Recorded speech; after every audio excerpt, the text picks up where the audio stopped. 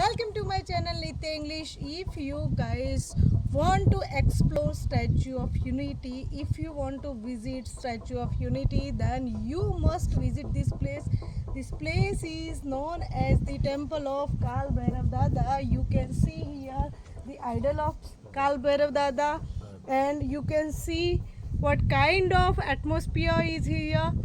Actually, you will feel a very peaceful atmosphere here. You can see the river Narmada is flowing here. You are at the bank of river Narmada and opposite side of the Statue of Unity. If you are going to visit Jarwani, the waterfall, this temple is a kilometer away from the main road. So it is actually spiritual experience. If you are going to visit Statue of Unity, then please visit this place.